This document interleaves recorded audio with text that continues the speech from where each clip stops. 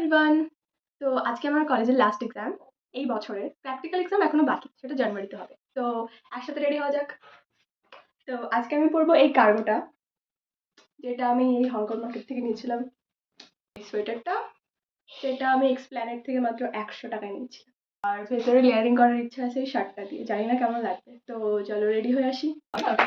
Ready. আমি জানি এটা সাথে ভালো লাগছে না, কিন্তু আমার কাছে এখন টাইম নেই। একটা সময় এক্সাম, এখন 1:45 বাজে। তো আমি তাড়াতাড়ি রেডি হওয়ার চেষ্টা করছি। জোগাড় টোগাড় লাগছে জানি, কিন্তু ট্রাস্ট দ্য প্রসেস। লোকে করলে কি ভালো লাগে এগুলো জিনিস, আমাকে ভালো লাগতেছে না।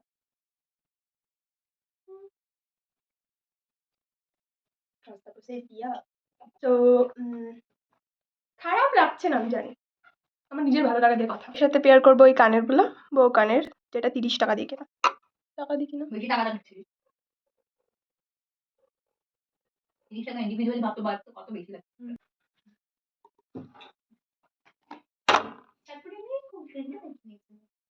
লোকে কত সাজুগুজু করে কলেজ যায়। সাথে পরবো এই স্টিকার্সটা, যেটা এক্সপ্ল্যানেট থেকে নেওয়া, মাত্র 400 টাকা।